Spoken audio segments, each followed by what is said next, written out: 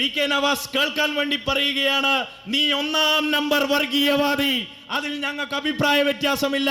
MSF Keralam കണ്ടിട്ടുള്ള ഏറ്റവും വലിയ വർഗീയവാദ സംഘടന അടിവരയിട്ട് SFI പ്രഖ്യാപിക്കുകയാണ്. കേരളം കണ്ടിട്ടുള്ള ലക്ഷണമൊത്ത വർഗീയവാദ സംഘടനയാണ് MSF.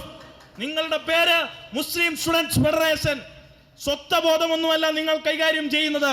ജമാഅത്ത് ഇസ്ലാമിക്കും ക്യാമ്പസ് ഫ്രണ്ടിനും എല്ലാ വർഗീയവാദികൾക്കും വേദിയൊരുക്കുന്ന സകലമാന മുള്ളുമുരിക്കുകളെയും ഈ നാട്ടിൽ പട്ടിയെ വെട്ടിപ്പടിച്ച് ഈ നാട്ടിൽ അക്രമം നടത്തുന്ന SDPI നേതാക്കന്മാരുടെ നിരോധിച്ച CFIയുടെ ബാക്കി പത്രമാണ് നീ എന്ന് പറയുന്ന മുസ്ലിം സ്റ്റുഡൻസ് ഫെഡറേഷൻ. ഞങ്ങൾ ഇത് എവിടെയും പറയും. ഞങ്ങൾക്കിത് പറയാൻ നിന്റെ ലൈസൻസ് വേണോ?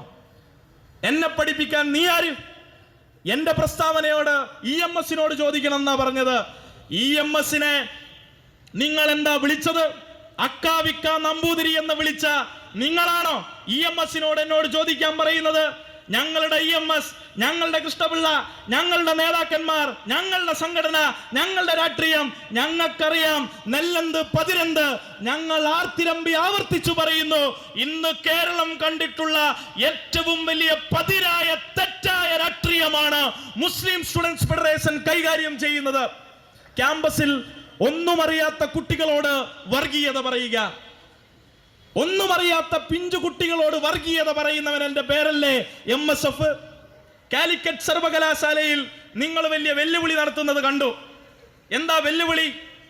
തട്ടുംപുറത്തുള്ള കുറച്ച് അറബിക് കോളേജുകൾ കയ്യിലുണ്ടെന്ന് കരുതി അവിടെവിടങ്ങളിൽ ലീഗിന്റെ മാനേജ്മെന്റിനെ കൊണ്ട് ഭീഷണിപ്പെടുത്തി മത്സരം പോലും സംഘടിപ്പിക്കാതെ 100ഉം 150ഉം അതിൽ താഴെയുമുള്ള കോളേജുകളിൽ നിന്ന്, കുട്ടികളുള്ള കോളേജുകളിൽ നിന്ന് UUCമാരെ കൊണ്ടുവന്ന് ഞങ്ങൾ 1000ഉം 2000ഉം വിദ്യാർത്ഥികൾ പഠിക്കുന്ന കോളേജിൽ ഏറ്റവും ജനാധിപത്യപരമായി സമരം നടത്തിയും ജനാധിപത്യപരമായി തെരഞ്ഞെടുപ്പ് നടത്തിയും ജയിച്ചു വരുന്ന UUCമാർ, ആ UUCമാരെ തുലനം ചെയ്ത് കാലിക്കറ്റ് യൂണിവേഴ്സിറ്റിയിൽ ഒരു വിജയമുണ്ടായപ്പോൾ നിങ്ങൾ എന്താ കരുതിയത്?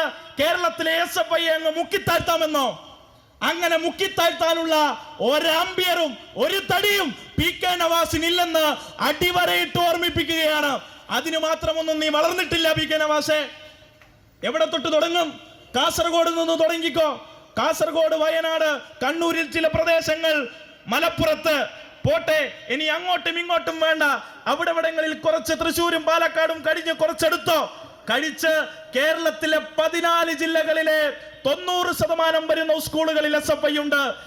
കേരളത്തിലെ ITകളിൽ SFI ഉണ്ട്. കേരളത്തിലെ പോളികളിൽ SFI ഉണ്ട്. കേരളത്തിലെ സർവകലാശാലകളിൽ എല്ലായിടത്തും SFI ഉണ്ട്. കേരളത്തിലെ മുഴുവൻ വിദ്യാലയങ്ങളിലും കലാലയങ്ങളിലും അങ്ങനെ എല്ലാ വിദ്യാഭ്യാസ സ്ഥാപനങ്ങളിലും SFI രാഷ്ട്രീയം പറയുന്നുണ്ട്. പക്ഷെ എന്തുകൊണ്ട് MSFന് കടന്നു കയറാൻ കഴിയുന്നില്ല? കാരണം മതവർഗീയവാദം മാത്രം കൈമുതലായിട്ടുള്ള ഒരു സംഘടനയുടെ പേരാണ് MSF.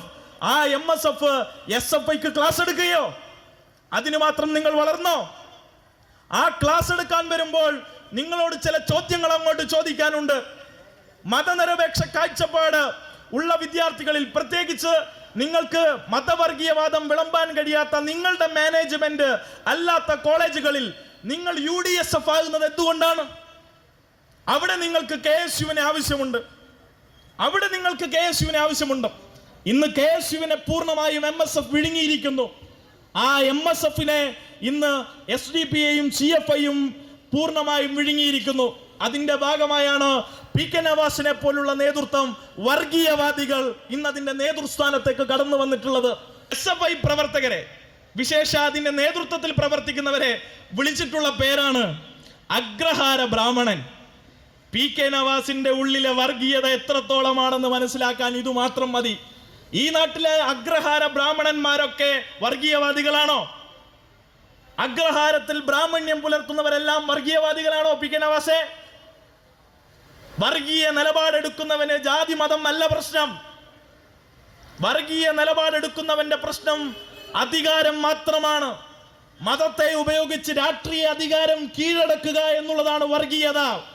ആ വർഗീയവാദം നിങ്ങൾ സംഘപരിവാറിനോടും നിങ്ങളോടും പരസ്പരം പൂരകമായി അങ്ങോട്ടും ഇങ്ങോട്ടും വെള്ളവും വളവുമായി പ്രവർത്തിക്കുകയാണ് ഇന്ന് കേരളത്തിൽ. അതിന്റെ ഉദാഹരണങ്ങൾ ഞാൻ പറയാം. കണ്ണൂർ സർവകലാശാലയിൽ കഴിഞ്ഞ ഗവർണർ ആരിഫ് മുഹമ്മദ് ഖാൻ സെനറ്റിലേക്ക് ചില നിയമനങ്ങൾ നടത്തിയപ്പോൾ ആ നിയമനങ്ങളിൽ മുസ്ലിം ലീഗിന്റെ നേതാക്കന്മാരുണ്ടായിരുന്നു, KSUവിന്റെ നേതാക്കന്മാരുണ്ടായിരുന്നു, കോൺഗ്രസിന്റെ നേതാക്കന്മാരുണ്ടായിരുന്നു. ആരാ നടത്തിയത്?